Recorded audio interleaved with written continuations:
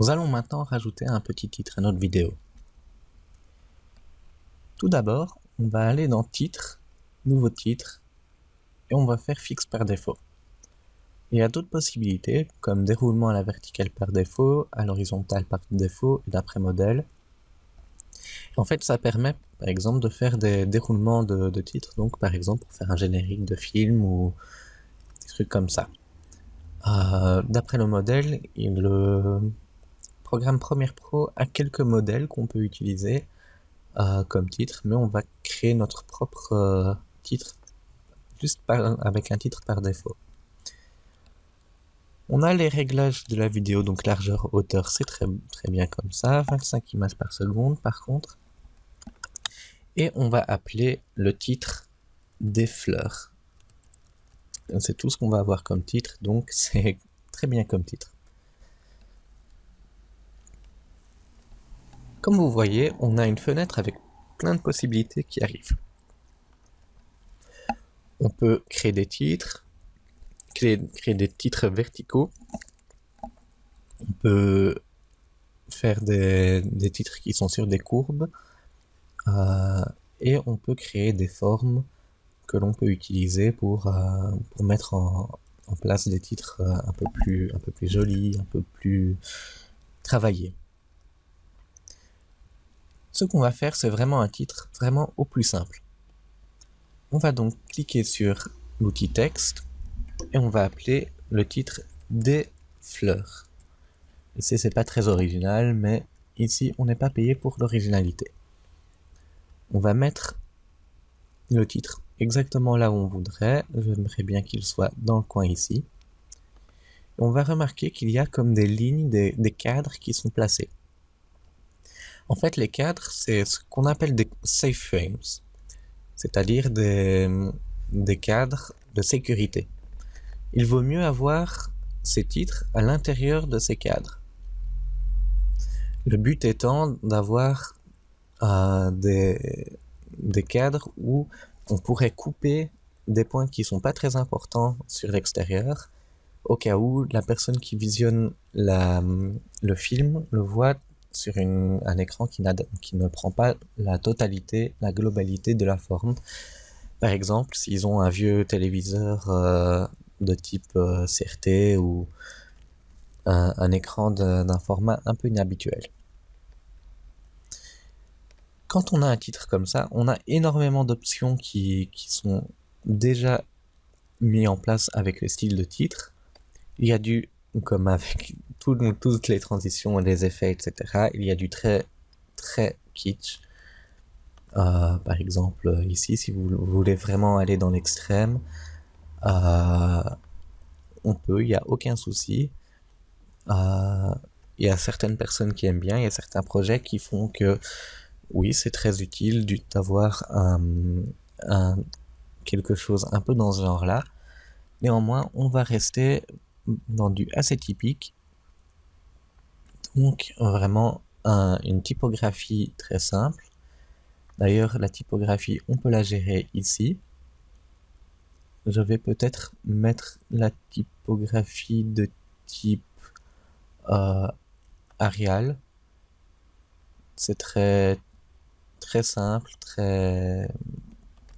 en général utilisé pour des cas où on veut pas vraiment faire des affriolements, etc. On peut bien sûr rendre le texte gras, italique, sous-titré. On peut changer la taille. On peut changer sauvegarde automatique. On peut changer l'espacement entre les lettres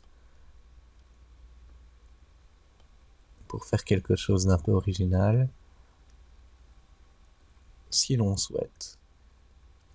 On peut aussi changer l'interlignage, donc si on a plusieurs lignes, la manière que le texte est centré par rapport au cadre, etc., etc. Ça, en principe, vous devrez connaître d'autres logiciels. On peut également mettre des ombres sur le texte.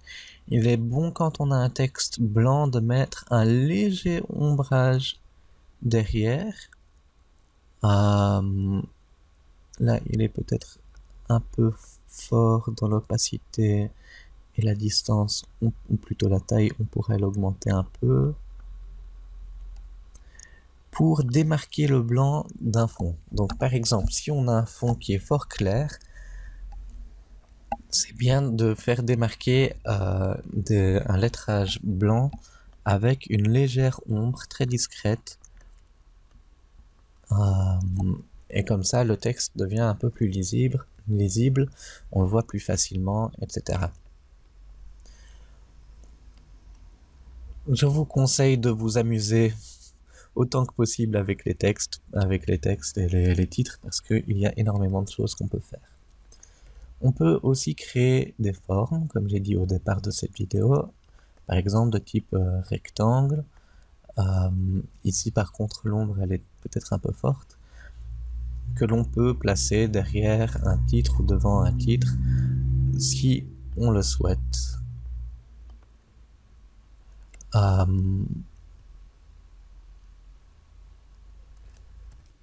Avec le rectangle sélectionné, par exemple, on peut mettre à disposition en arrière-plan pour que ça passe derrière. Bien sûr, avec le clic droit et arrière-plan, les raccourcis clavier deviennent parfois un peu compliqués parce que il y a tellement d'options qu'il faut bien trouver un raccourci clavier à un certain moment. Mais si par exemple vous faites beaucoup de titres, de titrage, etc., ce genre de raccourci clavier vous viendra plus naturellement parce que vous allez finir par devoir l'utiliser beaucoup. Je vais effacer ce rectangle par contre parce que je l'aime pas trop, tout simplement. Et je vais vous montrer une dernière option, c'est-à-dire l'outil plume. L'outil plume permet de faire un peu comme une forme de rectangle, mais d'une forme plus ou moins personnalisée comme on le souhaite. Il fonctionne de manière très similaire à ce que vous connaissez peut-être dans Photoshop ou dans Illustrator, c'est-à-dire c'est des courbes de Bézier. Et donc ce genre de choses ne fait pas partie de ce cours, mais avec un peu de pratique, vous pourrez trouver un bon moyen de les faire fonctionner. On pourrait faire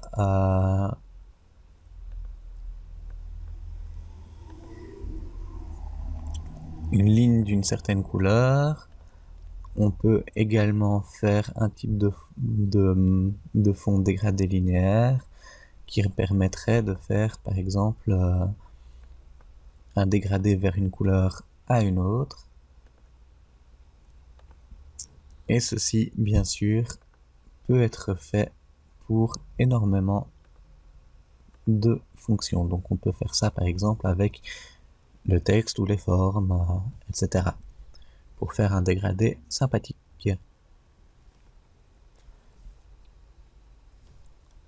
Pour les courbes de Bézier, on peut mettre une ombre aussi, on peut mettre une couleur pour le rendre beau. Mais bon, je ne veux rien de tout ça, je veux juste des fleurs, je veux mon titre tel qu'il est. Je vais fermer, et ici dans Projet, je vois que mon titre apparaît. Je peux donc le tirer dans ma scène, et vous voyez sur la vidéo finale, des fleurs, mon beau titre bien original apparaît pour une durée de temps qui a été définie. Je peux changer la durée du titre quand il apparaît, quand il disparaît, etc. Tout comme n'importe quelle autre vidéo. Je peux également l'animer avec des effets. Si l'envie me prend, je peux changer la trajectoire, l'opacité, etc. Et je vais vous montrer vite fait un petit effet, la transition vidéo qui pourrait être intéressant. Donc, si vous allez, ça pourrait être n'importe lequel, mais si vous allez dans fondu enchaîné, vous voyez qu'il y a un petit rectangle jaune qui contourne le fondu. Ceci veut dire que c'est le fondu par défaut. Si je fais clic droit sur la fin, je peux faire appliquer les transitions par défaut. Et en fait, il va mettre en place le fondu enchaîné. Donc, que vous voyez là, une disparition du texte que je peux changer bien sûr, mais ça change le fondu par défaut, ce qui veut dire que j'ai par exemple des fonctions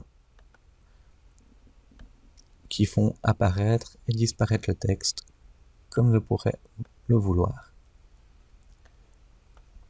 Ceci fait que si vous avez une transition que vous remarquez, que vous utilisez vraiment tout le temps, vous pouvez le mettre comme transition par défaut. Si par exemple à la place c'est fondu additif, vous faites un clic droit dessus et définir la sélection comme transition par défaut. Mais fondu enchaîné, c'est vrai que c'est un des fondus les plus utilisés, donc je vais garder cela. On va regarder notre titre apparaître et disparaître. Et voilà, nous avons un titre sur notre vidéo.